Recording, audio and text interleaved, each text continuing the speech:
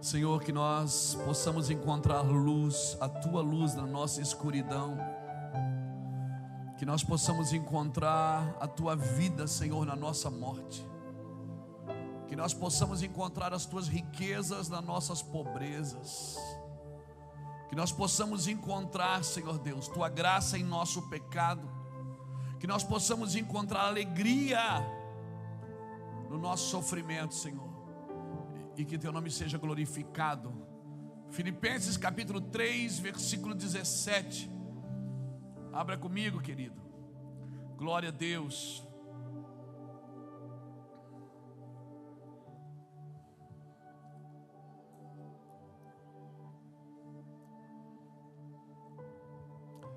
Filipenses 3, 17. Paulo diz assim: irmãos, sede meus imitadores. É incrível que Paulo, quando escreve isso, ele está preso. E ele diz: sede meus imitadores. Filipenses 3,17. E observai os que andam segundo o exemplo que tendes em nós. Pois muitos há, dos quais muitas vezes eu já vos disse, e agora novamente digo, chorando, que são inimigos da cruz de Cristo. O seu fim é a perdição, o seu Deus é o seu próprio ventre, e a sua glória é a vergonha. Só pensam nas coisas terrenas, mas a nossa pátria está nos céus, de onde esperamos o Salvador, o Senhor Jesus Cristo, que transformará o nosso corpo de humilhação para ser conforme o seu corpo glorioso, segundo o seu eficaz poder, de sujeitar também a si todas as coisas. Aleluia, glória a Deus. Obrigado, Senhor, pela Tua palavra. Estava meditando nesse texto hoje, irmãos. Hoje, na realidade, já lá, quando a gente estava numa cidade aqui no Brasil, em Campo Grande, Deus começou a falar sobre os inimigos da cruz. E talvez essa não seja uma boa palavra para pregar Dia das Mães, né? Dia das Mães a gente devia estar falando, né? Minha mãe, a rainha do lar. Eu não é? Mas pronto, já festamos, já oramos. Mas é muito bom a gente deixar claro que nós precisamos continuar. Amém? Não permita, irmãos, que nada roube você do propósito de Deus. Nada roube você do propósito de Deus. E é interessante que Paulo, ele escreve em Filipenses no capítulo 3, no versículo 12 em diante, um pouco antes desse versículo que eu li, que ele diz assim: olha, eu não digo que eu já tenha alcançado, mas uma coisa eu faço: eu esqueço das coisas que ficaram para trás e avanço para aquelas que estão diante de mim. Eu prossigo para o alvo, para alcançar aquilo que porque fui alcançado por Cristo. Paulo está dizendo isso. E prossigo para o alvo, pelo prêmio da soberana vocação de Deus em Cristo Jesus. Pelo prêmio da soberana vocação de Deus em Cristo Jesus. Vocação é aquilo que você nasceu para ser, aquilo que você é. Você tem a sua vocação. Você recebeu de Deus uma vocação. E no latim, interessante que vocação, a palavra vocação, ela vem de vocateo, que quer dizer voca é palavra e tel é Deus. Então, quando Paulo diz: fique na vocação em que foste chamado, fique, né, segundo a vocação de Cristo. A palavra vocação vem de vocateo, que quer dizer voca, palavra, tel, Deus. Então vocação é a palavra de Deus para a sua vida. Então, quando o Senhor diz, Paulo diz, fique na vocação em que fosse chamado, ele está dizendo, fique na palavra que Deus te deu um dia. Você recebeu uma palavra de Deus. Fique no vocátil de Deus, fique na palavra de Deus. Não é porque mudou as circunstâncias, você vai mudar a sua vida. Mudou as circunstâncias, mas não muda. Você não pode mudar a palavra de Deus porque mudou as coisas ao seu redor, porque as coisas estão transformando ao seu redor. Não é isso. Não faça isso. Porque mudou as coisas, eu vou mudar também as minhas a minha forma. Não. Você tem que entender que você não vive num mundo onde você tem que se encaixar nele. Você vive num mundo a qual o mundo que você pertence,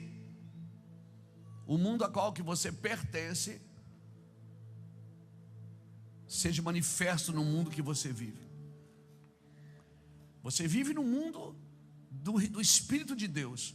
Você vive no mundo, no reino de Deus. Você tem que viver de uma forma que o reino a qual você pertence venha para esse mundo aqui.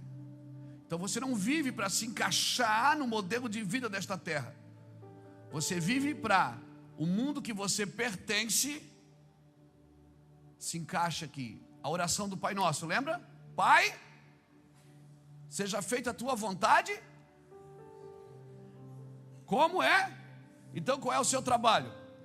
É atrair o reino dos céus para a terra. Não é se modificar ao ponto de você viver nessa terra como a terra exige que você viva. Então é isso, irmãos. E Paulo está dizendo aqui que tem uma forma de fazer isso.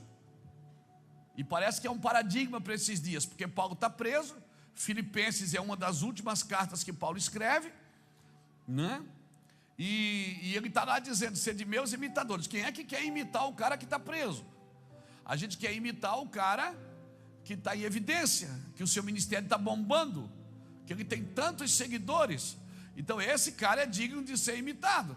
Um cara que está preso por causa da sua fé, ou está sendo subjugado por causa da sua crença, ele não é digno de imitação. Esse cara tem que converter. Ontem em casa à noite, já perto da hora de dormir, a gente estava assistindo um filme, aquele filme antigo, Coração Valente. Lembra? Que no final, aquele William Wallace, que é uma história real, da libertação da Escócia, ele estava sendo aberto no meio e o cara dizia para ele: só fala misericórdia, pede misericórdia, beija o selo real aqui e está tudo certo, você vai ter uma morte rápida. E ele esboçou o que queria falar, daí o cara disse: o prisioneiro quer falar alguma coisa. E ele deu um grito: liberdade. Vou falar em inglês: freedom. Te mete comigo.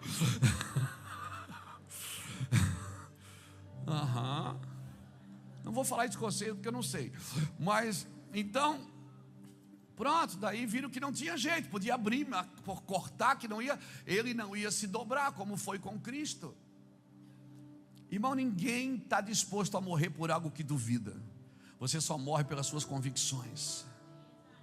Amém? Por isso o Espírito de Deus, ele veio habitar em você para gerar as convicções do céu na sua vida, ao ponto de você querer ser morto por isso. Morto é morto. Você tem que perder a sua vida por amor de mim, senão você não é digno de mim, diz as Escrituras. Aleluia. E a Bíblia diz que tem pessoas que não entendem isso, eles se tornam então inimigos da cruz. Por que inimigos da cruz? Porque o seu destino, o seu Deus é o ventre, ou seja, só pensa em si mesmo. São inimigos da cruz. O seu Deus é o ventre, só pensa nas coisas terrenas e a sua glória e a vergonha. Só pensam em enriquecer, em prosperar. Está errado isso, irmão? Claro que não. Quem me vê falar assim só num texto, sem contexto, como pretexto, não. Quem me vê falar assim pensa que eu não gosto de riqueza, que eu não gosto de vida boa, que eu não gosto de ter as coisas. Eu não sou franciscano, quero deixar claro aqui para vocês. Eu acredito que o homem é digno do seu salário. O homem que trabalha, ele pode morar bem, ele come bem, ele tem que ter recurso. Porque se você é bom, se você tiver dinheiro, você fica melhor.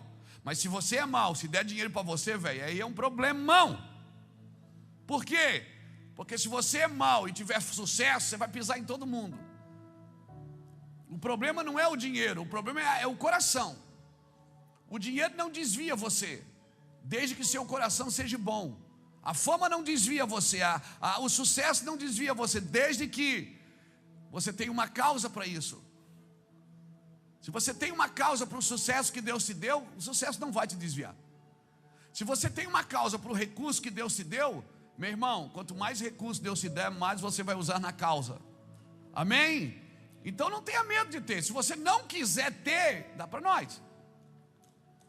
Mas se você quiser, Deus é poderoso para fazer mais do que pedimos e do que pensamos. Agora tem um propósito para isso. Então, inimigos da cruz são esses, Paulo disse. Ele disse: olha, tem muita gente que é inimigo da cruz, que o seu Deus é o seu próprio ventre, só pensa em si mesmo. Tudo que ele vai fazer, ele quer saber quanto ele vai ganhar. Tudo que ele vai fazer, ele quer saber se ele vai se dar bem, né? É a lei do Gerson. Tem que levar vantagem em tudo. Então, só pensa nas coisas terrenas. Sua glória será a vergonha. Porque o fim de uma pessoa assim que só pensa em si mesmo, irmão, é solidão. Ninguém quer andar com gente que só pensa em si mesmo. Ninguém compartilha com gente que não é coletiva, que não tem uma mentalidade coletiva, que não tem um coração coletivo, que não toca as pessoas. E é interessante que essa palavra aqui, inimigo, em Filipenses, inimigo da cruz, como Paulo disse aqui: pois há muitos usado, as quais muitas vezes eu já disse, e agora eu falo novamente chorando. Paulo está dizendo: eu já falei sobre esse assunto com vocês, Filipenses, mas agora eu vou falar de novo, porque eu acho importante. Tem muitos inimigos da cruz, que eles vão tentar seduzir você, porque você olha para o cara, tudo que você faz dá certo, né? Aí você faz tudo certinho e não dá certo. Aí vem o cara, vive uma vida toda enrolada e dá tudo certo para ele. Aí você começa a medir, você começa a dizer: meu Deus, Deus ama é ele, não é eu. Só que ele não é o aferidor de medida para a sua vida. O aferidor de medida é Deus. Deus não mandou você se comparar com ninguém. Porque tem gente, irmão, que ele está prosperando, mas está prosperando para a sua própria derrota. É como vender uma mercadoria mais barato do que você pagou. Quanto mais você vende, mais prejuízo você tem. E tem gente que é assim, só cresce. Mas está crescendo, irmão. Câncer também cresce. O crescimento não é o aferidor de medida de Deus. Crescimento não é a aprovação de Deus. Amém? Porque às vezes, para Deus te aprovar, Ele tem que tirar um pouco do que você tem, porque o que você tem está te roubando dele. Vai tirar, vou ficar pobre, vou embora dessa igreja, é hora de levantar e sair agora. Não, eu só quero dizer, porque Deus, você não pode ter nada que te rouba de Deus, meu amigo. Deus não te deu nada para te tirar dele. Tem coisas que a gente tem que perder para poder achar. Aquele que perder a sua vida por amor de mim, achá-la-á, diz a Bíblia. Não sou eu que estou falando, é a Bíblia. Tem coisas que você precisa perder para saber que aquilo não tinha valor na sua vida. Você estava com a sua sintonia de valor, vamos dizer assim, equivocada. Tem coisas que eu não posso ganhar, eu preciso perder. A Bíblia é clara: aquele que não perder a sua vida por amor de mim não é digno de mim. E é tão interessante que essa palavra que Paulo fala aqui, inimigos da cruz, essa palavra inimigos, ela vem da palavra ectros, que quer dizer detestável, hostil, pessoas que estão em inimizade com Deus pelos seus pecados. É o mais amargo inimigo do governo de Deus, é isso que está dizendo. Um cara que é inimigo da cruz, ele tem como princípio de vida sempre se desviar do governo de Deus. Porque Deus precisa tratar da gente para nos abençoar, irmãos. Não é só abençoar. Deus não coloca recurso em saquetel furado. Deus não vai dar. A pior coisa que pode ter para um homem é ele ter sucesso numa coisa que Deus não aprova. A pior coisa que pode ter um homem é ele ter dinheiro sem caráter. Ele vai bater em todo mundo, vai pisar em todo mundo. Deus precisa tratar do nosso coração, da nossa vida. E a ordem, irmão, a ordem ainda é a mesma. Mas pastor, fala a verdade, ser crente não é fácil. É fácil, gente? Claro que não. Alguém prometeu vida boa para você? Jesus disse: vem para a igreja que eu vou te dar casa nova, carro novo, promoção. Não, mas ele prometeu uma coisa: eu estarei com você todos os dias da sua vida, até a consumação dos séculos. Ele prometeu companhia, não foi coisa, irmão. É que a gente muitas vezes é treinado até de púlpito a ter coisa sem a companhia. Se Deus der e for embora, está legal. Ele não precisa ficar não, mas se ele der um presentinho já está legal. Amém? Você já foi em festa de criança e você levou um pacotão grande, chegou lá, a criança abriu, era um pijama? E ela olha e diz: eu não quero, eu quero brinquedo. Não é assim? É a mesma coisa com Deus. Quem abre o pacote e vê que não era aquilo que queria, quem é que se comporta assim? Criança. Porque a linguagem de criança é essa: se você dá, você me ama. Se você proíbe, se você não dá, você não me ama. Por isso nós não podemos ser mais meninos levados por qualquer vento de doutrina, meu irmão. E a Bíblia diz que se o herdeiro for um menino, de nada ele difere de um escravo, ainda que ele seja senhor de tudo. Gálatas capítulo 4 diz isso. O herdeiro é um menino. Você já viu em criança? Se você partir e deixar uma herança para o seu filho, ele só tem 6 anos, 7 anos, ele pode assumir a herança? Não pode, é dele, mas ele não pode. Ele tem que ir primeiro, para depois assumir. Com Deus é a mesma coisa. Não se dá herança para criança. Para criança se dá presente. Herança se dá para filho adulto, filho maduro. Tem uma herança na eternidade para você e nós não estamos insistindo na fila do presente.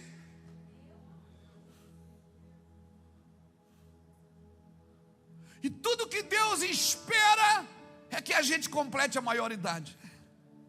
Que daí eu tenho legalidade. Se o herdeiro for menino, de nada ele difere de um escravo. Sabe o que é que o Senhor está dizendo? Eu vou trocar aqui, fazer um trocadilho de palavras. Deus está dizendo para você o seguinte: se você vive na fila da bênção, você é escravo ainda do que você quer. Você não entendeu o que eu tenho para você. Deixando mais claro, nós precisamos crescer. Tem um texto na palavra de Deus. Não.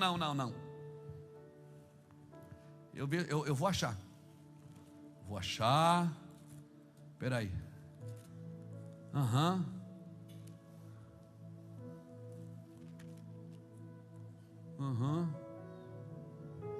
Espera aí, já vou. Aqui. Achei. Aleluia. Gênesis capítulo 21.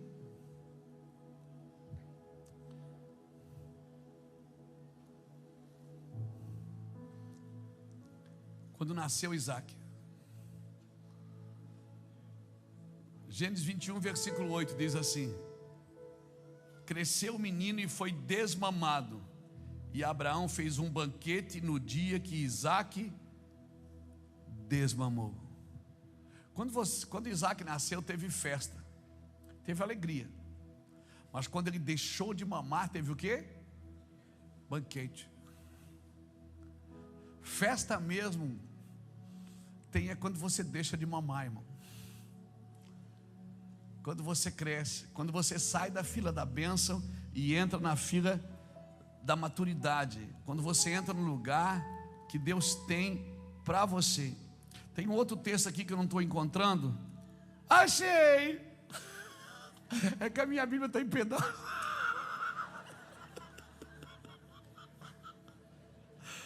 A minha Bíblia está que nem eu, está em pedaços. Gênesis 25 e o verso 5. Olha aí, que coisa linda. Abraão deu tudo que possuía a Isaque, mas aos filhos das concubinas que tinha deu Abraão, e ainda em vida separou-os do seu filho Isaque, enviando-os para o Oriente. Era comum a bigamia, era comum eles terem várias esposas, e por isso tinham vários filhos, mas tinha um que era o herdeiro, que era o legítimo. Para aquele ele deu tudo, para o outro ele deu presente. A minha pergunta é: você quer presente ou você quer tudo?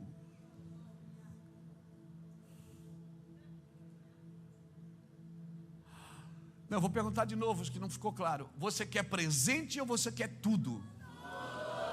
Sabe quando você pode ter tudo de Deus? quando Deus tiver tudo de você. Não é presente, não é ofertinha em envelope, não é Pix, é Pix, é hora. Não é isso, é tudo. Salmo 103: bendize a minha alma ao Senhor, e tudo que há em mim, bendiga o seu santo nome. Bendize a minha alma ao Senhor, e não esqueça de nenhum dos seus benefícios. É Ele que perdoa todas as minhas iniquidades e sara todas as minhas enfermidades. É Ele que redime a minha vida da perdição e me coroa de amor e de compaixão. É Ele que renova minhas forças como a de uma águia.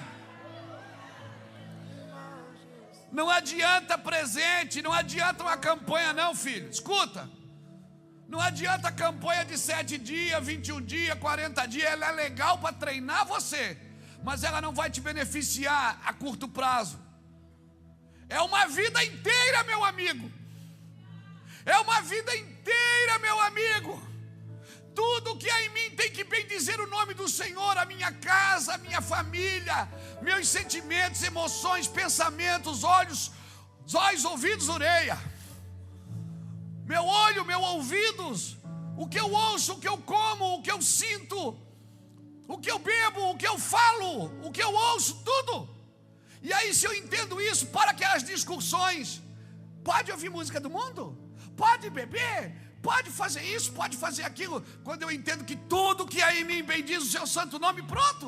Não preciso mais ficar discutindo essas coisas, porque eu tenho um padrão de vida. Meu padrão de vida é esse, não vai me desviar. Então entenda isso, querido. Se você quer servir a Cristo, se você quer vir só à igreja, glória a Deus, 3 cultos domingo. Se você quer ser a igreja, aí você tem que, na segunda você tem que dar modelo também, na terça também, e no domingo você tem que estar lá, e na quarta também, e na quinta lá no trabalho você é modelo, e na sexta e no sábado também. Se você quer vir ou quer ser, porque Deus vai com você até onde você quiser. Irmão, Deus vai com você até onde você quiser. Deus coloca você nesse rio, é você que caminha no rio. Se você quer água nos atelhos, fica com água nos atelhos. Se você quer água nos joelhos, fica com água nos joelhos. Se você quer água nos lombos, então ande, vai andando. É que nem na praia, vai na praia, você decide que se você entra, uma hora a água vai vir aqui, você vai ter que decidir, eu continuo ou eu volto. O problema é que se você continua, você tem que tirar o pé do chão e deixar que as águas te levem. E com Deus não é diferente. Deus não pode controlar você se você ainda estiver no controle. Deus não pode conduzir você se você quiser conduzi-lo. Deus não pode usar você se você quiser usá-lo. Não pode, irmão, a ordem ainda é a mesma. Mateus 10, 34 ao 39. Eu duvido você botar aqui na tela. Mateus 10, 34 a 39, fica comigo. Duvido. Mateus 10, 34 ao 39, bota aqui.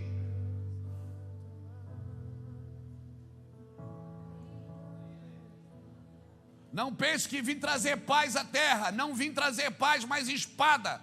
Espada separa. Pois eu vim para fazer que o homem que fique contra seu pai, a filha contra sua mãe, a nora contra a sogra é normal. Mas vamos lá. Os inimigos do homem serão os da sua própria. Quem ama seu pai e a sua mãe mais do que a mim não é digno de mim. Quem ama seu filho e sua filha mais do que a mim não é digno de mim. E quem não toma a sua cruz e não me segue não é digno de mim. Quem acha a sua vida perderá, e quem perder a sua vida por minha causa. Você está entendendo, irmão? É simples assim. Então eu vou chegar em casa, quebrar o pau com a minha esposa e vou sair de casa. Não, não é isso que Jesus está falando, gente. Porque eu sou crente e ela não. Porque eu casei com uma mulher, mas ela não quer vir para a igreja, então eu vou deixar ela e vou para a igreja. Não é isso que eu estou dizendo. Jesus está falando de prioridades aqui, irmãos. Você não vai amar a sua esposa mais do que você ama a Deus, então você a ama através de Deus. Você não pode amar nada mais do que a Deus. Não pode? Não pode. Mas eu quero, então esse não é seu lugar. Volte para a fila da bênção, para a fila do presente. Talvez você ganhe alguns presentes, mas eu te garanto, quando você desembrulhar, você não vai gostar. Servir a Deus, eu duvido você botar aqui Mateus 16, 24 a 27. Mateus 16, 24 a 27, para todo mundo ler. Vamos lá, hoje é a escolinha. Fundamentos. Mateus 16, 24 a 27. Mateus 16. Então Jesus disse aos seus discípulos: se alguém quiser acompanhar-me, negue-se a si mesmo, tome a sua cruz e siga-me. Pois quem quiser salvar a sua vida perderá, mas quem perder a sua vida por minha causa a encontrará. Pois que adianta o homem ganhar o mundo inteiro e perder a sua alma? Ou que o homem poderá dar em troca da sua alma? Olha o 27. Pois o Filho do Homem virá na glória de seu Pai com os seus anjos, e então recompensará a cada um de acordo com o que tenha feito. Você quer presente ou recompensa?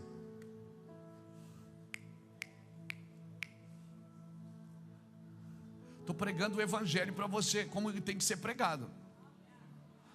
Eu podia estar prometendo um monte de coisa aqui, você ia estar mais alegre. Olha para o irmão que está do seu lado e diz: pastor Luiz Hermínio é legal. Diz assim: ele é legal, ele está me ajudando aqui a entender algumas coisas. Diga: eu não estou gostando muito, mas é isso aí que tem que fazer mesmo. Eu duvido você botar aqui Lucas 9, 23 e 26. 23 a 26. Lucas 9, 23 a 26. E depois já prepara Lucas 14, 25 a 35.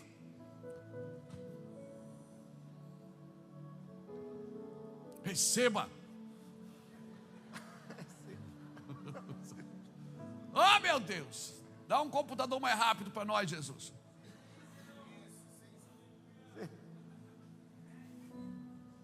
Lucas 9, 23 a 36. É 23 primeiro.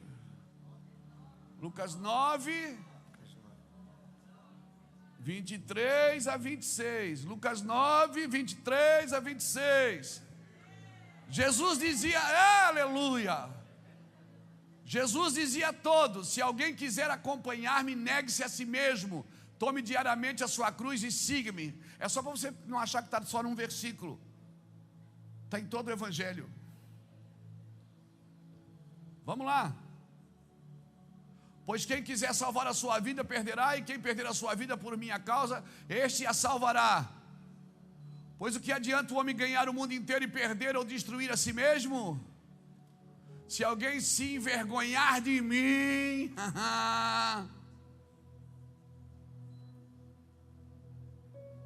com a Bíblia escondida para ninguém ver, né?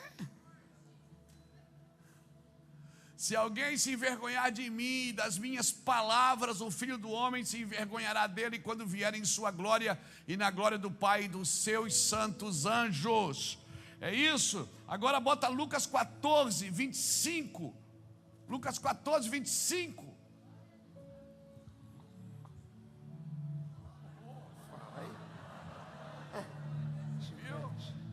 Viu como é que é? Uma grande multidão ia acompanhando Jesus. Uma multidão. Olha aqui. Multidão atrás dele. Voltando-se para ela, disse: se alguém vem a mim e ama o seu pai, sua mãe, sua mulher, seus filhos, seus irmãos e irmãs e até sua própria vida, mais do que a mim, não pode ser meu discípulo.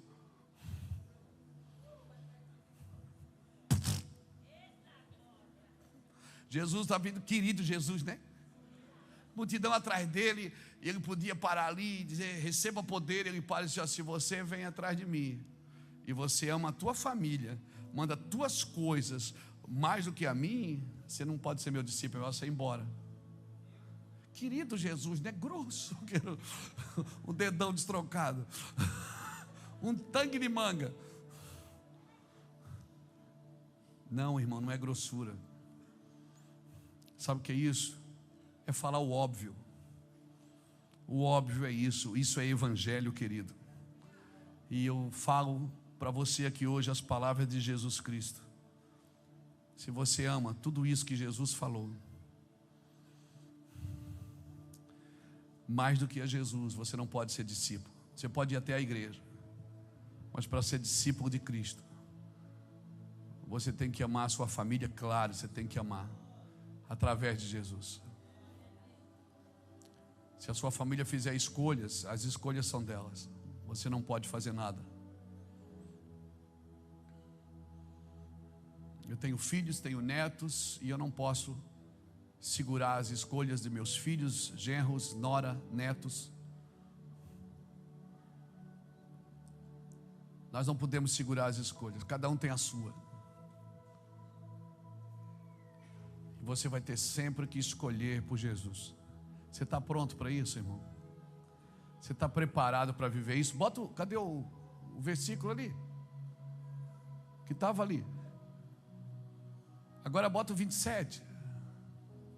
Aquele que não carregar a sua cruz e não me segue, não pode ser meu discípulo.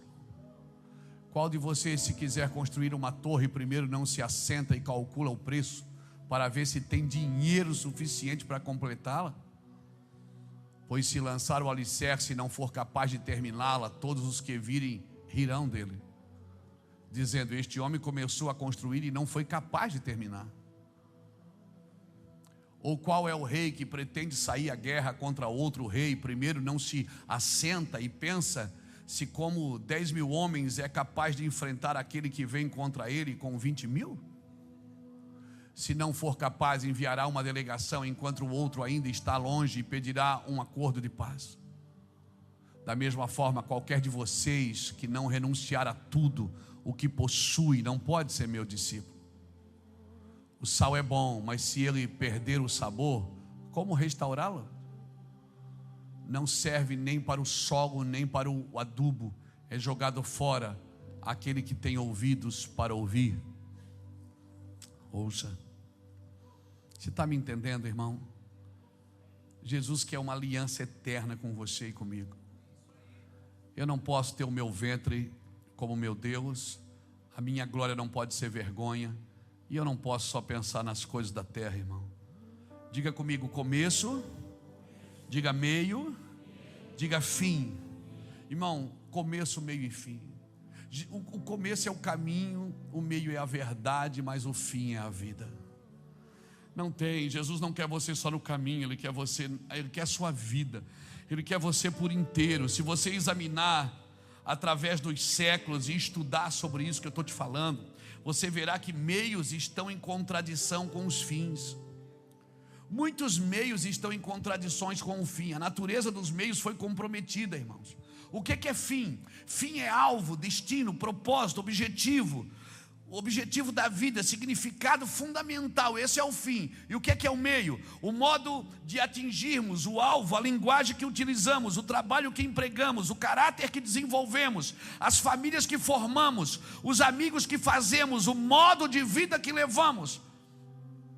Então, se o meu modo de vida está equivocado, eu não vou chegar no fim, irmão. No fim que já está pronto. Deixa eu te falar uma coisa, querido. O fim para o cristão é a obra da salvação já realizada por Deus. Então o fim está pronto. O fim está pronto ou não está? Está ou não está? O fim está pronto, está consumado. Tem um fim pronto. Está consumado. O fim está pronto, está consumado. Mas que métodos e meios e formas eu estou usando para chegar nesse fim? A minha pergunta é: os meios que eu estou usando para chegar num fim que já está pronto, está correto?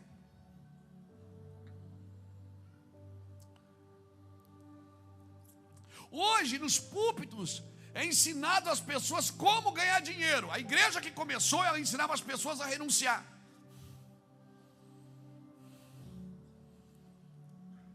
Vou falar de novo, está errado ter dinheiro? Não.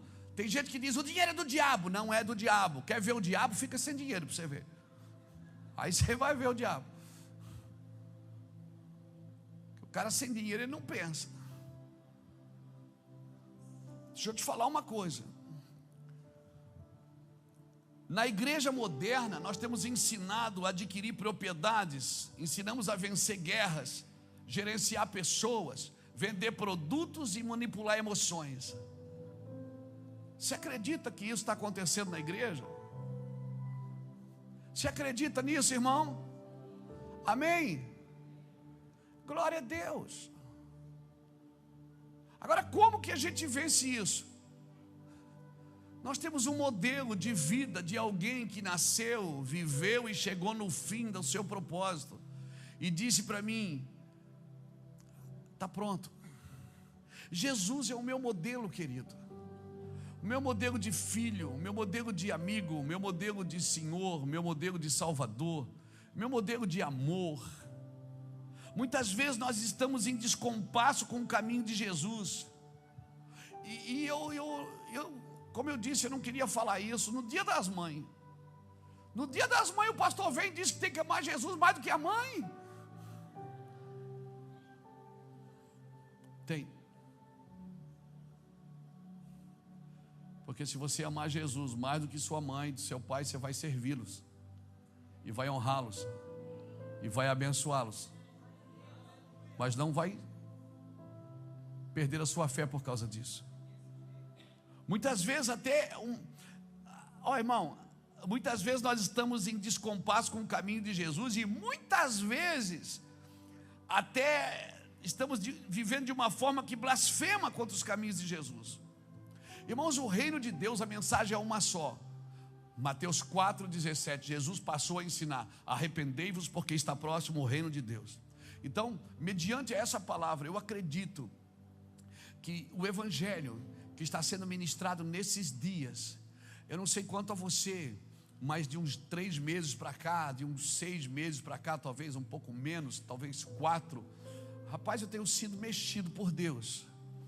Eu saí desse café ontem aqui, azucrinado. Eu saí do café de pastores aqui ontem, debaixo de uma carga de responsabilidade no meu espírito. É como se Deus estivesse dizendo assim: ó, eu estou aumentando o nível de responsabilidade no seu coração. Nós precisamos ser reconcebidos, reordenados, reconfigurados em direção à cruz. Nós precisamos desesperadamente, qualquer coisa, em qualquer lugar que você esteja vivendo ou servindo ou trabalhando, você precisa ser reconfigurado, reordenado, e não sei nem se existe essa palavra, reconcebido. Nós precisamos voltar a olhar para a cruz em tudo aquilo que nós falamos, porque não substitua o reinado de Deus pela soberania humana. Não substitua, irmãos. O evangelho é cristocêntrico, é Jesus no centro. O mundo não tem interesse em seguir Jesus crucificado. Eu vou repetir: o mundo não tem interesse de seguir Jesus crucificado. Ele só tem interesse de servir Jesus que ressuscitou, ok, mas que alimenta, que multiplica alimento, Jesus que beneficia, os benefícios da cruz. Sabe da história da ressurreição, mas não desfruta dela. Você percebe uma coisa: ninguém antes da cruz se converteu.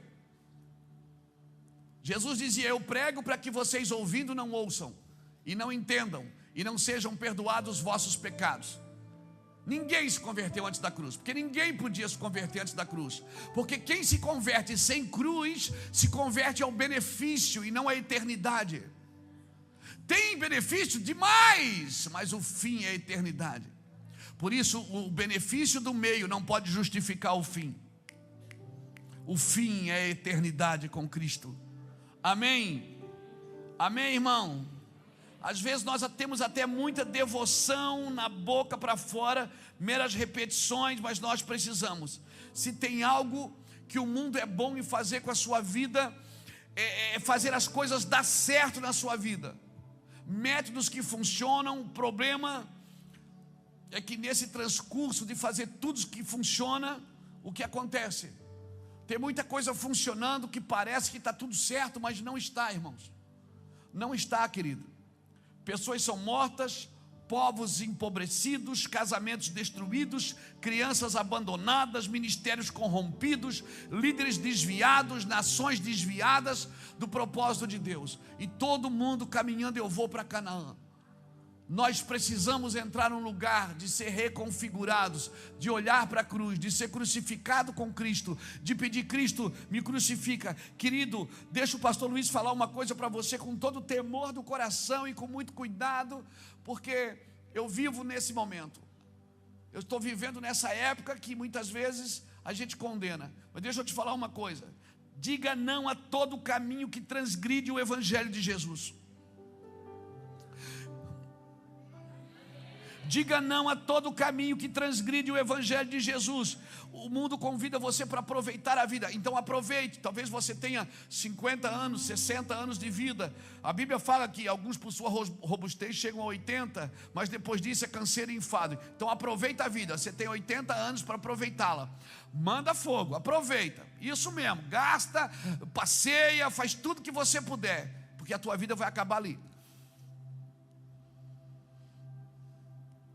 Ou você resolve viver agora, porque tem gente que pensa, porque a gente é crente, porque serve a Deus, porque é pastor, porque está com o microfone na mão, pensa que a gente não faz nada, que a gente não diverte, que a gente não é alegre.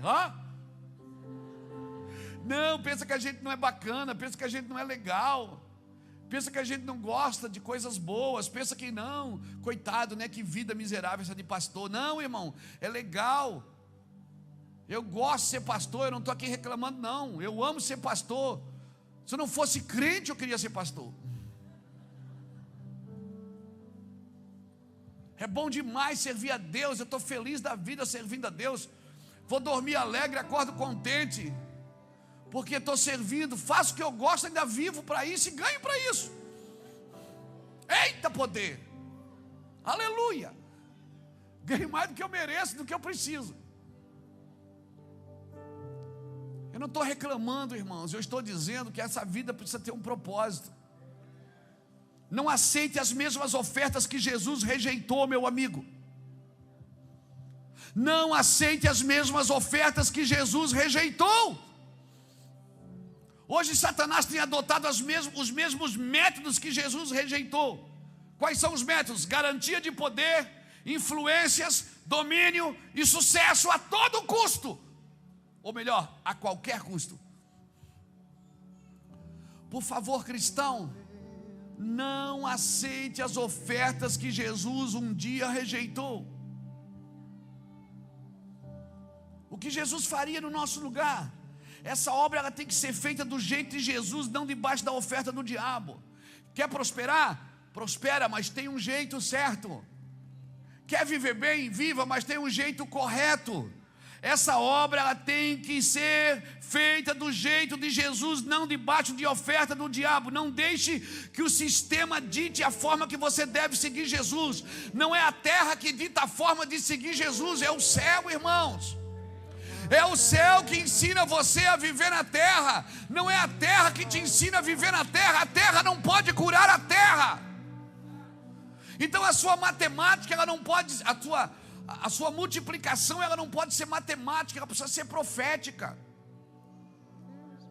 Você está enriquecendo, você está prosperando, você está feliz. É isso mesmo que Deus tem para você?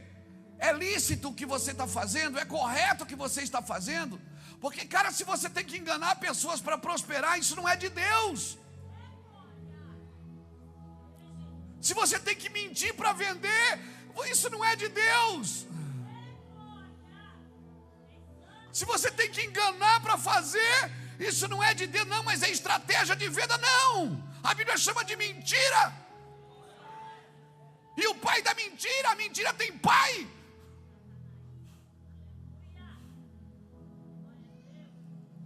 Por favor, não deixe que profissionais da fé da igreja logística, da fé logística, dite a forma de seguir Jesus.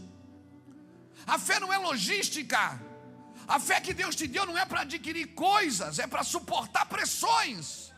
Quando passares pelo fogo, não te queimarás.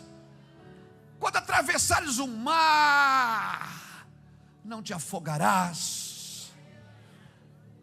Quando os rios transbordarem, não te submergirão, porque eu sou contigo para te guardar. Fé não é para conquista, é para suporte, é para suportar. Aleluia. Eu quero declarar sobre a sua vida que essa fé logística que tem assolado a igreja brasileira, ela vai cair por terra em nome do Senhor Jesus. Essa fé logística que tem assolado os púlpitos da igreja do Brasil vai cair por terra em nome do Senhor Jesus Cristo. Nós declaramos que existe uma maneira certa de prosperar. Existe uma maneira certa de prosperar, existe uma maneira certa de se dar bem na vida, fazendo a coisa certa, dizendo a coisa certa, pegando o que é seu e o que não é seu não toque. Meu Deus, por favor, me entenda o que eu estou dizendo. Existe uma forma, meu Deus, porque se Deus tiver que dar jeitinho para te abençoar, então Ele não é Deus.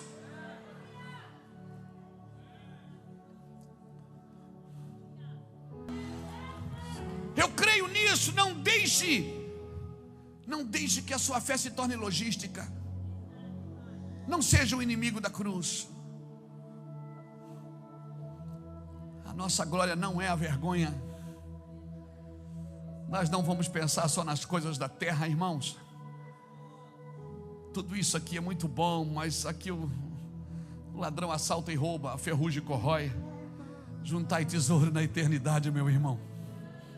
Desfruta tudo, viva a vida. Não deixe de comer uma comida porque é R$30 mais caro. Não deixe de passear porque a gasolina subiu.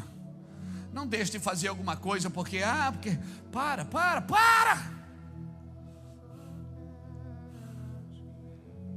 Não seja avarento, mas seja um homem responsável. Saiba que o que Deus te deu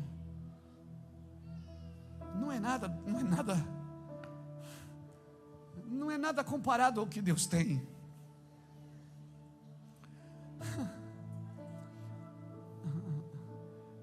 Deus que você serve não é o Papai Noel do final do ano, irmãos.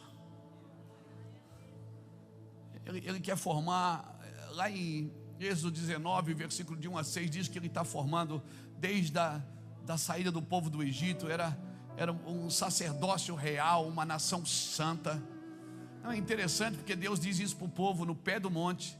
Deus chama Moisés e fala isso para Moisés: diga para o povo que se eles me ouvirem a minha voz e guardarem a minha aliança, se eles me ouvirem e guardar o que eu estou dizendo, se eles me ouvirem e guardar o que eu estou dizendo, me ouvirem e guardar o que eu estou dizendo, eu vou fazer com eles uma aliança. Não é mandamento não, é aliança. Está acima de tudo.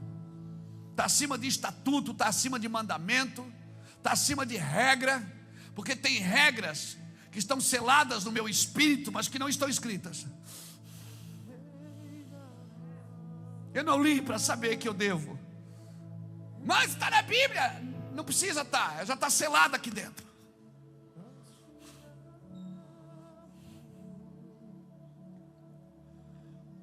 Se vocês ouvirem a minha voz e guardarem a minha aliança, vocês serão a minha nação santa, o meu sacerdócio real.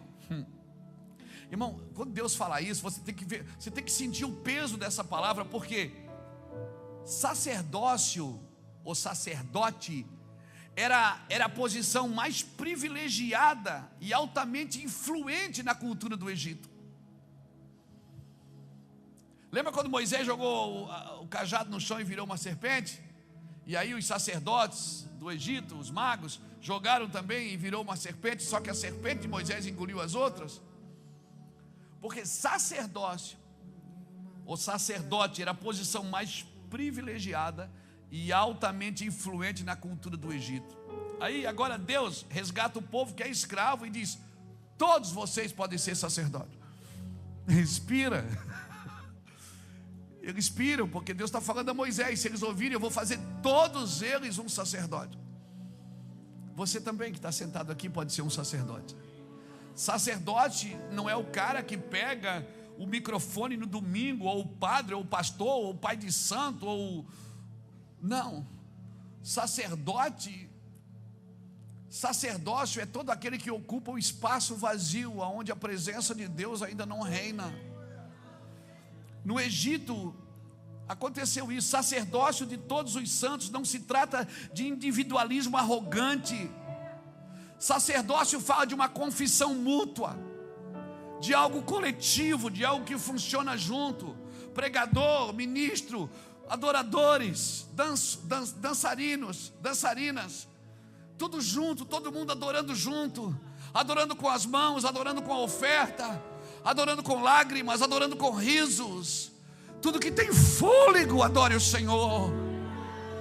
Sacerdócio é ocupar todos os espaços, porque não teremos uma nação santa sem um sacerdócio real.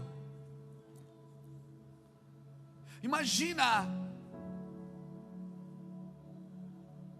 um dos cargos mais influentes no Egito era, a posição mais privilegiada era o sacerdócio. Aí agora Deus traz todo mundo para o pé do monte e fala para Moisés: diz para eles, Moisés, se eles me ouvir, todos vão ter influência e todos podem ter posições privilegiadas. É isso que Deus está tentando dizer para você. Você está me entendendo? Você está me entendendo o que Deus está dizendo? Que você não precisa vir aqui só no domingo para receber de um sacerdote, quando você pode ser e exercer o sacerdócio lá na sua empresa, lá na sua lojinha, na sua vendinha, na sua representação comercial. Você é lá um sacerdote. Mas a gente não, a gente prefere fazer tudo errado lá e depois vem confessar para o sacerdote que a gente adotou como meu sacerdote. Sabe por que você adotou um sacerdote? Porque você não entendeu que você pode ser também um sacerdócio influente e exercer o governo de Deus aonde você estiver. Sacerdócio é a disposição de guiar outros enquanto você mesmo segue Jesus. Sacerdócio é a disposição de ajudar, animar, de falar, de agir em nome de Jesus. E também de ser guiado, de ser ajudado, de ser desafiado por outras pessoas. Nós estamos vivendo isso, irmãos. Estamos vivendo isso. Então não se preocupe. Pastor, eu quero mesmo. Essa semana eu ouvi. Alguém me disse: pastor, sabe o que eu queria? Eu digo: queria o quê? Eu queria mesmo ser um homem de Deus. E eu disse para mim: define para mim o que é um homem de Deus. Ah, que nem o senhor que prega assim. Eu disse: não, então você não queria ser um homem de Deus, você queria ser um pregador. Não, queria ser um homem de Deus. Eu digo: não, o que é um homem de Deus? Como nós podemos conhecer um homem de Deus? Quais são as suas marcas? Quais são as marcas de um homem de Deus?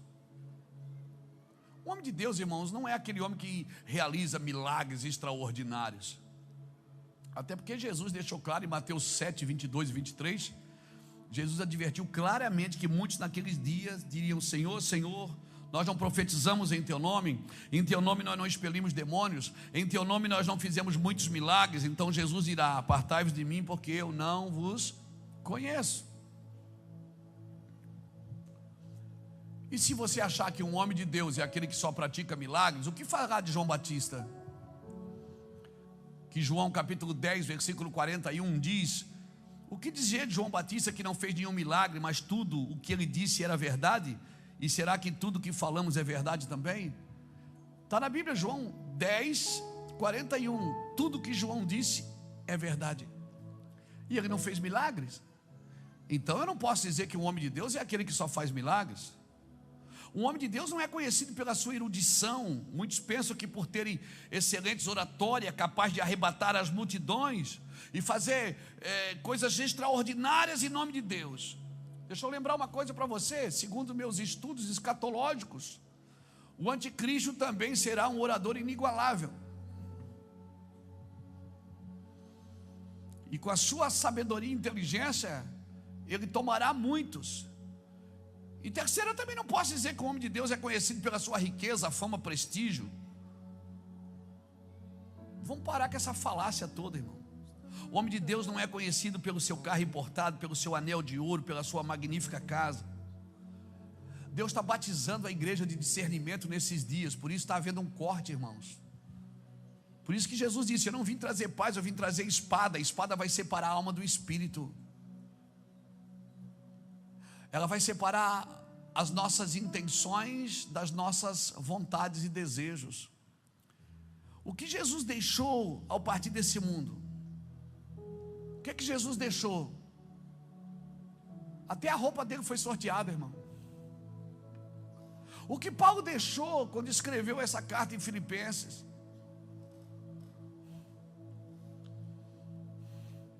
O que Paulo deixou, irmãos? Paulo deixou quando foi decapitado por Nero. Deixou casa, riquezas, bens. Por favor, eu não estou dizendo que você não pode deixar nada para os seus filhos, não é isso, me entenda. Quando eu falo de uma coisa, eu não estou dizendo que a outra está errada. Eu estou dizendo que a gente sai da simetria de Deus e começa a tomar lados. A gente substitui coisas espirituais por coisas materiais, quando a gente pode viver na simetria de Deus, crescendo na graça e no conhecimento. A gente pode viver na terra atraindo o céu. A gente pode ser um homem humano e um homem espiritual, ou vivendo uma espiritualidade humanizada, ou humanizando a espiritualidade. Pelo contrário, irmãos, muita gente não deixou nada, eles morreram pobres. Mas até hoje nós falamos do nome dessas pessoas. Jesus é o quê? O Rei dos Reis, o Senhor dos Senhores. Paulo deixou pelo menos 13 cartas, que são lidas e estudadas em todo canto do mundo. Homens sobrenaturais. O apóstolo Paulo, em sua primeira carta a Timóteo, eu queria que você abrisse lá agora, que eu vou entrar aqui um pouquinho, só um pouquinho. Paulo escreveu a Timóteo, na sua primeira carta, no capítulo 6.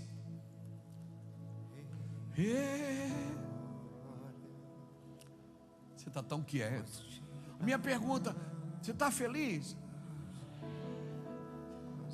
Lembra que eu perguntei no começo? Eu estava preocupado, porque você tinha que estar muito feliz para ouvir isso. 1 Timóteo capítulo 6. Eu queria muito que você estivesse bem feliz para poder... We were in love that never meant to stay. Some things are real, even when they fade.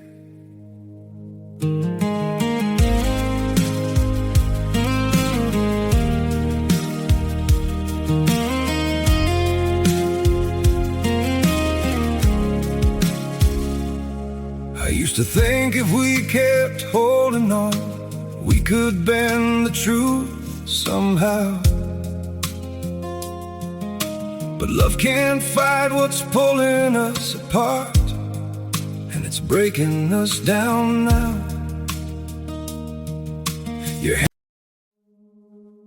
We were in love that never meant to stay. Some things are real, even when they fade.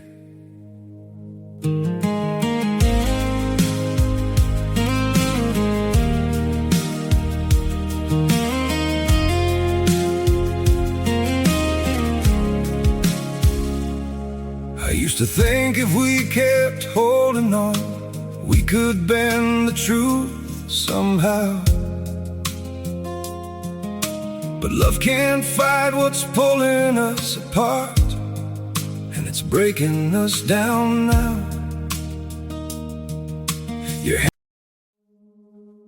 We were in love that never meant to stay. Some things are real, even when they fade.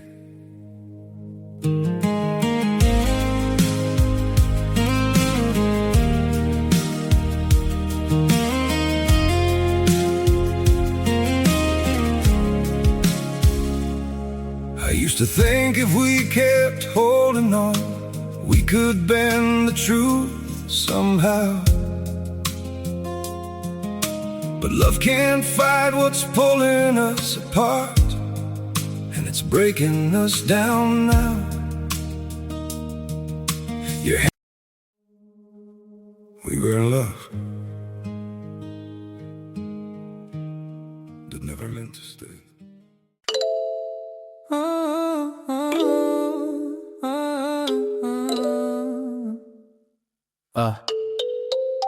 Yo, data stream dreams, screens gleam, got me deep in the seams. Fiber optic vibes across the miles, this connection thrives. Good connection thrives. Firewall blazes, no phases. My heart amazes you through the pixel haze in these digital days. Signal strong, where do I belong? Love's frequency all night long. No static, no blur, just what we prefer. Love through the noise, a pure true allure. Signal strong, where do I belong? Love's frequency all night long. No static, no blur, just what we prefer. Love through the noise, a pure true allure. Packet lost, a tiny cross. My thoughts, they toss. At what cost? Emoji smiles, worth all the trials. These virtual aisles, you're my Wi-Fi, my true sky, never goodbye. Signal strong, where do I belong? Love's frequency all night long. No static, no blur, just what we prefer. Love through the noise, a pure true allure. Heartbeat syncopated, a rhythm created. Encrypted feelings, never outdated. A cold love, a new kind of dove from above. It's digital shove, a testament to our love. Signal strong, where do I belong? Love's frequency all night long. No static, no blur, just what we prefer. Love through the noise, a pure true allure.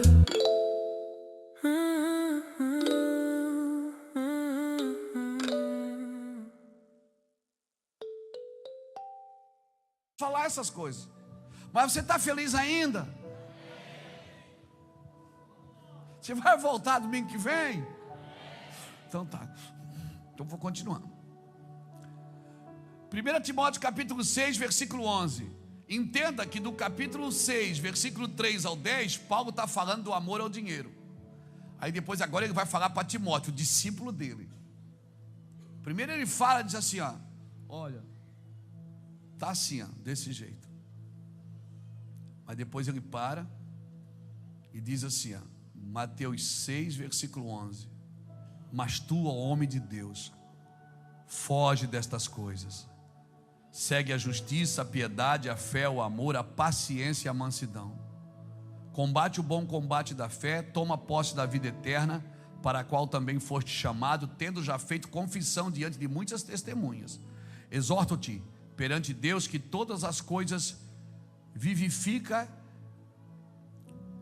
e de Cristo Jesus, que diante de Pôncio Pilatos deu testemunho da boa confissão, que guardes esses mandamentos imaculados e irrepreensíveis até a vinda do nosso Senhor Jesus Cristo, a qual no tempo próprio há de ser revelada pelo bendito e único soberano Rei dos reis e Senhor dos senhores, aquele que tem, ele só, a imortalidade e habita na luz inacessível, a quem nenhum dos homens viu nem pode ver, a qual seja a honra, o poder sempre eterno.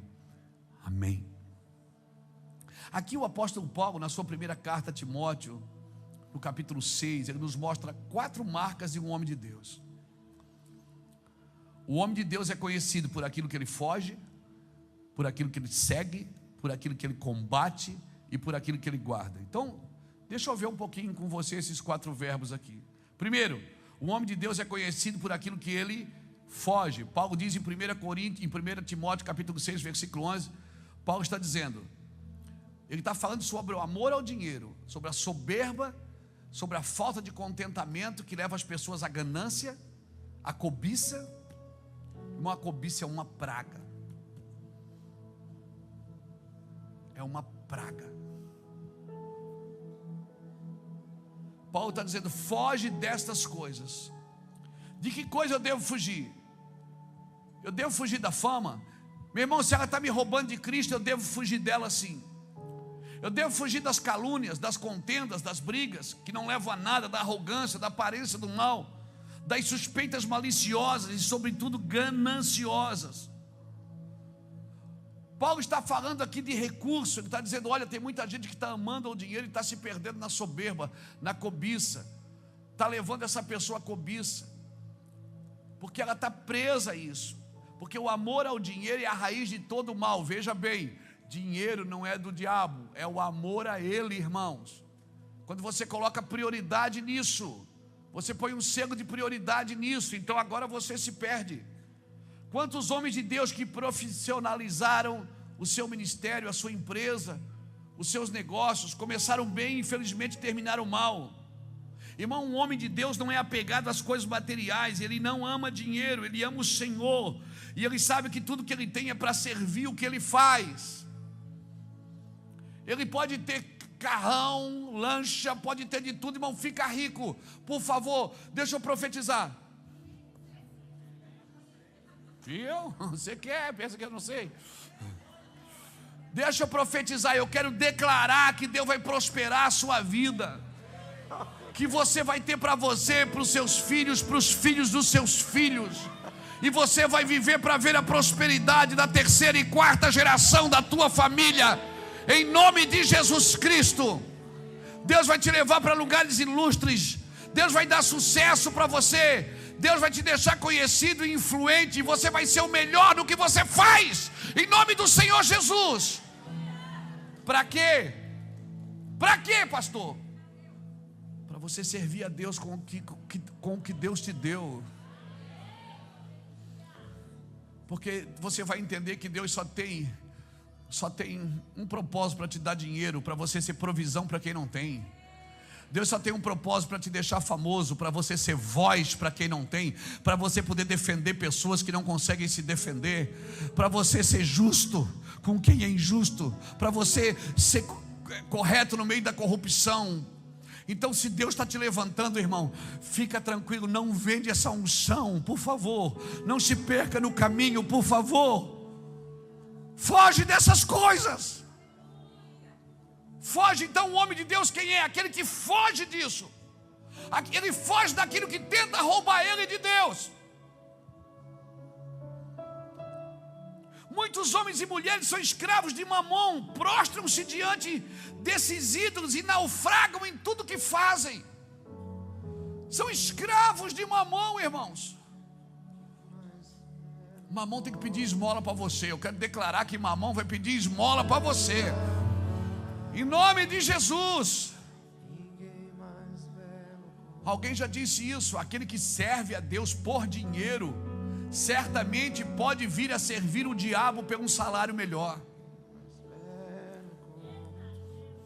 Segunda coisa, um homem de Deus é conhecido por aquilo que ele segue. 1 Timóteo capítulo 6, versículo 11.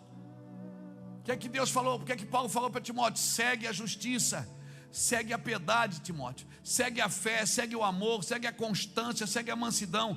Um homem de Deus, ele foge do pecado e segue a justiça. Ele foge da injustiça, mas busca aquilo que é justo. Você está me entendendo, irmão? Fuja da vida promíscua, fuja da vida impura, segue a piedade, foge da incredulidade, segue a fé. Como é que eu fujo da incredulidade? Quando você começar a perceber que a sua mente está duvidando de Deus, que a sua mente não acredita mais no sobrenatural, que você agora, você está muito, sabe, muito carnal, muito lógico. Irmão, a fé não é lógica. Irmão, a fé não é lógica, por favor. Quando você perceber que você está muito carnal, que você está muito carnal, que eu estou falando não é você só praticar imoralidade, não. Carnal é você não acreditar mais em Deus, você acredita mais na sua carne, na sua força, na força dos seus braços, e você não consegue servir a Deus na sua força, irmão. Foge desse estilo de vida inconstante, segue a constância, foge desse destempero emocional e segue a mansidão. Outra coisa que um homem de Deus é conhecido, ele é conhecido por aquilo que ele combate. O que é que você combate na vida? Vai dizer que você não tem uma lutinha. Não, se não tem uma lutinha, fala comigo no final, eu tenho umas 20 para te dar aqui. Todo mundo tem que ter uma lutinha. E ela tem nome.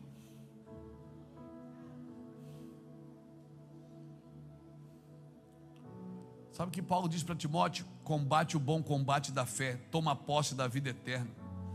Minha pergunta: o que nós estamos combatendo? Combater, eu não combato com a igreja da outra rua, eu não combato com o meu concorrente, com a empresa, que o produto dele é igual ao meu, porque eu não estou tentando derrubar ele, irmão. Eu não estou tentando derrubar a igreja do meu vizinho para que os membros saiam de lá e venham para cá. Eu não estou tentando derrubar a empresa do meu vizinho, que é meu concorrente. Na realidade, ele está sendo usado para me despertar para coisas novas, para fazer coisas diferentes. Será que você nunca leu em Efésios 6,12 que a nossa guerra não é contra carne nem sangue, mas é contra principados e potestades? Por que tanta disputa por cargos? Por que tanta disputa por posições que não levam a nada? Deus te deu uma urgência, irmão, te deu uma tarefa. Nós combatemos, irmãos, coisas que não levam a gente a lugar nenhum. Por que a gente não combate as heresias? Por que não combate os falsos ensinos, combate o engano? Irmão, ministério, você que serve a Deus numa igreja, deixa eu falar para você uma coisa: ministério não é uma colônia de férias não, meu filho. Ministério é um campo de batalha. No ministério, no exército de Cristo, não há soldados na reserva. Todos estão combatendo independente das suas idades. Amém? Então Timóteo deveria entender que o ministério cristão é uma luta sem trégua, sem pausa. Amém? Contra o erro e em prol da verdade. Esse é o meu chamado. Timóteo precisava entender que ele deveria ser um soldado de Cristo, engajado no combate. Às vezes a gente é obreiro do Senhor, mas a gente entra em luta errada, uma luta que não leva a nada, luta que só me destrói. Irmão, sabe o que Paulo estava dizendo para Timóteo? Timóteo, não briga por dinheiro, não briga por recurso, fica tranquilo, vai aparecer.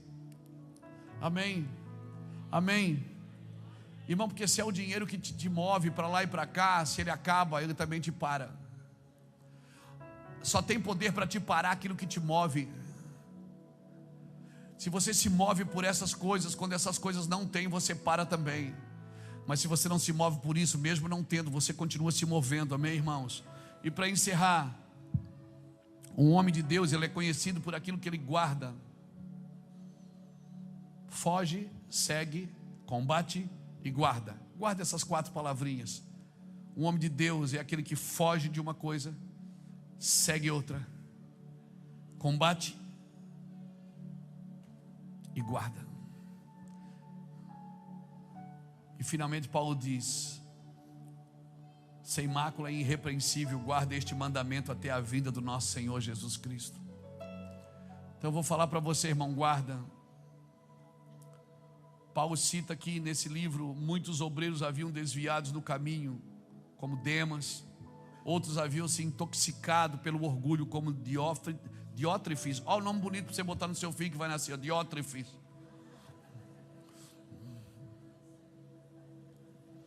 Não tem nenhum Diótrefes aqui não, né, irmão? Não, só o que falta.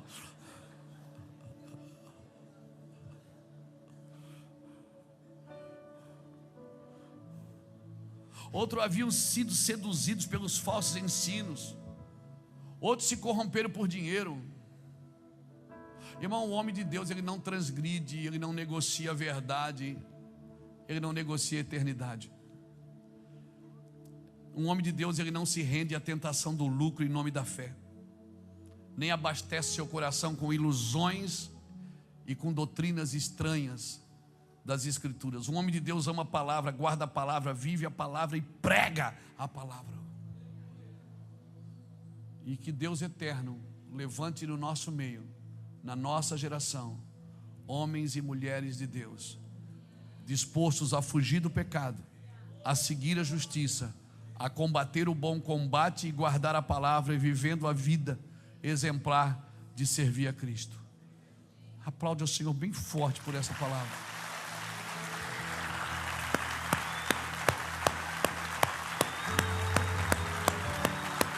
Eu quero isso para a minha vida.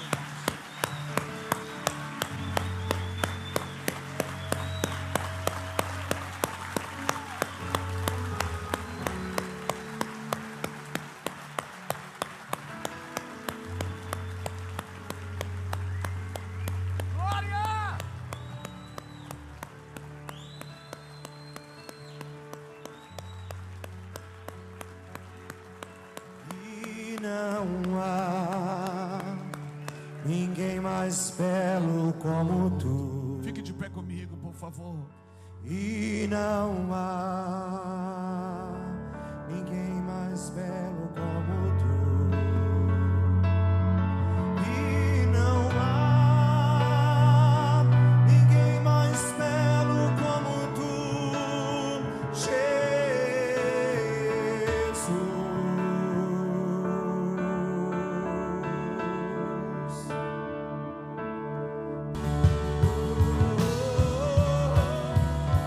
Verbos é sempre de alguém que está em movimento, fugindo, perseguindo, combatendo e guardando. É gerúndio, irmão, é ando, endo e indo.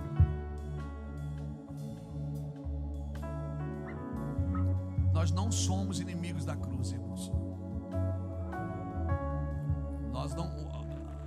Deus não vai ser, a nossa glória não vai ser a vergonha. O nosso Deus não vai ser o ventre. Eu quero desafiar você a sair do seu lugar, vir aqui à frente, para a gente orar e terminar. Eu queria, assim, que você saia daqui carregado. Ontem eu senti um peso de glória na hora que eu falava aqui aos pastores. Hoje eu sinto uma coisa diferente. Eu sinto um peso como que chama? De confronto? Não seria. Um peso de rejeição dessa palavra.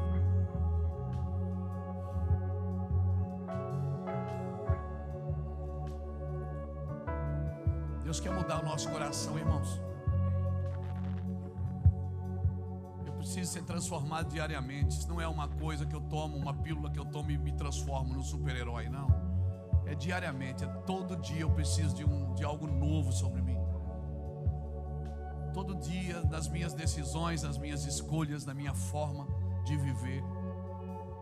Deus tem um jeito, e eu vou prosperar no jeito de Deus. Eu já prosperei do meu jeito. Eu já vivi do meu jeito. E eu sei que não vale a pena. Talvez alguns de nós, Deus permite viver nos dois lados, para a gente entender que o céu é muito melhor do que a terra. Eu já tive muito dinheiro, irmãos. Eu já ganhei muito dinheiro com drogas, com coisas erradas. Eu já fiz muita coisa errada. Deus sabe o que eu estou falando aqui. Eu já vivi a vida. E aquela música caberia bem dentro do que eu estou falando. Deixa a vida me levar, a vida leva eu. E era assim que ela fazia, ela me levava. Ela não me leva mais. Há muitos anos ela não me leva mais. Porque eu entendi que eu deveria ser amigo de Cristo. Hoje nós estamos crescendo de novo, prosperando de novo, entrando em lugares de influência, mas agora por uma vontade divina. Não mais porque a gente tem força, não mais porque a gente sabe fazer, mas por causa de uma palavra de Deus. Nós estamos entrando num tempo, irmãos, que nós precisamos decidir o que nós queremos. Porque Deus vai dar o que queremos. Vai dar, dá. Quando o povo pediu carne no deserto, eles estavam comendo pão vivo que descia do céu. Eles reclamaram que queremos carne. Deus disse: Moisés, dá carne para eles, mas eles vão comer até sair pelo nariz. Ou seja, eles vão morrer por causa daquilo que eles desejam. E muitos morreram comendo, irmãos. Não tem coisa pior que pode acontecer para um homem, é Deus entregar ele aos seus próprios desejos. A pior coisa que pode acontecer para um ser humano é Deus entregá-lo aos seus próprios desejos. E quer saber? Deus entrega. Não tem coisa pior do que Deus entregar um homem para si mesmo. Então por isso que Deus quer que você perca a sua vida. Porque se você perder a sua vida por causa de Jesus, já não é mais já não é mais você que governa. Você vai acordar de manhã e vai perguntar: como que eu vou viver hoje, Senhor? Como será meu dia? Como eu vou reagir às ofensas? Como eu vou reagir à insegurança? Como eu vou reagir ao meu medo? Como eu vou reagir às perseguições, às minhas defesas? Como que eu vou usar minhas defesas, Senhor? Bom, todo dia é uma labuta, cara. Amanhã você vai acordar de manhã de novo, vai ser outra luta. Mas o choro pode durar uma noite, mas a alegria ela sempre acorda com você. Você vai estar lá de manhã e Deus vai estar lá com você. E tem lugares que Deus vai levar você, é só você e Ele. Ninguém pode fazer nada por você, Ulisses, é só você e Ele. Tem lugar que é só Deus e você e mais ninguém. Porque é ali que Ele derruba o nosso orgulho. É ali que Ele mostra a gente para a gente mesmo. É nos piores momentos da vida que as minhas melhores mensagens nasceram. Nos piores momentos da vida que eu tive mensagem para pregar para vocês todo domingo. Nos dias do coração mais partido, mais difícil, é que as mensagens fluíam, que as pessoas pensavam: meu Deus, esse cara deve ter orado a noite inteira para falar isso. Não, chorou a noite inteira. Entenda isso. Tem uma dor que Deus causa em você que ela te cura. É a dor que nos cura. Só que aquele que faz a ferida,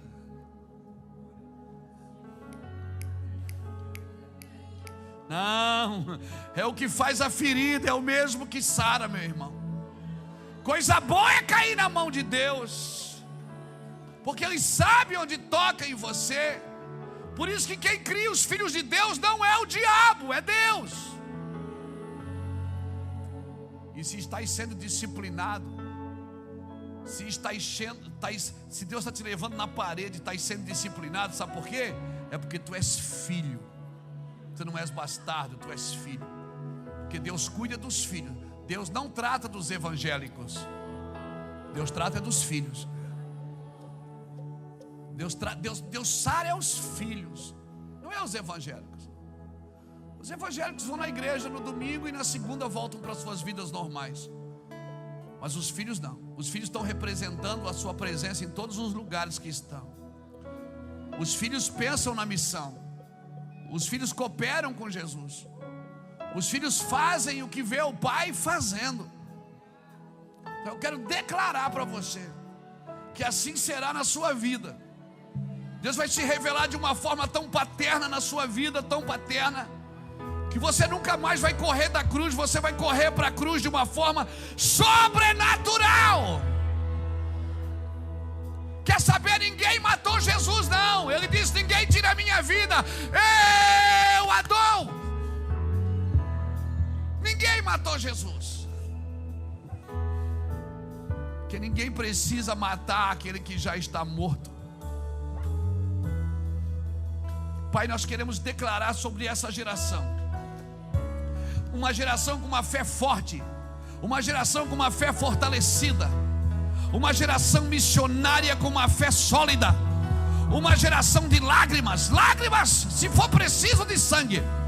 Pai, em nome do Senhor Jesus Cristo, eu quero declarar uma geração forte na fé, uma geração que não vai para a igreja negociar contigo, uma geração de amigos de Jesus, não inimigos da cruz.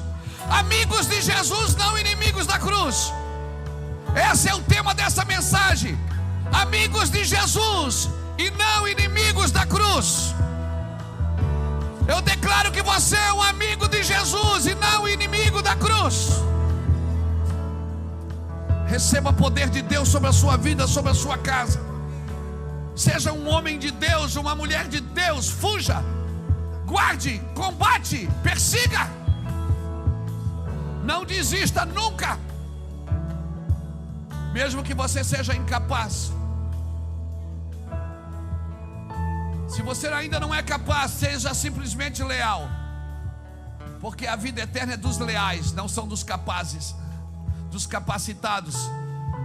Não são. A vida eterna é dos leais. Seja leal, porque Deus vai te capacitar, vai te dar a sabedoria sobrenatural, vai te dar o dom de adquirir riquezas. Eu quero declarar o dom de adquirir riqueza sobre a sua vida. Eu declaro Deuteronômio capítulo 8 sobre a tua vida. Lembra-te de todo o caminho que eu te fiz passar pelo deserto para te humilhar, para te fazer chorar, para te deixar ter fome, para depois te dar um maná que tu ainda não conheces, para que tu saibas que nem só de pão vive o homem, mas de toda a palavra que sai da boca de Deus. E quando prosperares na terra da tua promessa, não digas: foi a minha mão, foi o meu braço, foi a minha sabedoria, foi a minha inteligência. Não, antes te lembrarás que é o Senhor teu Deus que dá-te dom de adquirir riquezas. Antes te lembrarás que foi o Senhor teu Deus que te deu esse dom de adquirir riquezas. Obrigado, Jesus, pela tua palavra. Aplauda o Senhor bem forte, irmão. Solte júbilos de alegria. Glória a Jesus.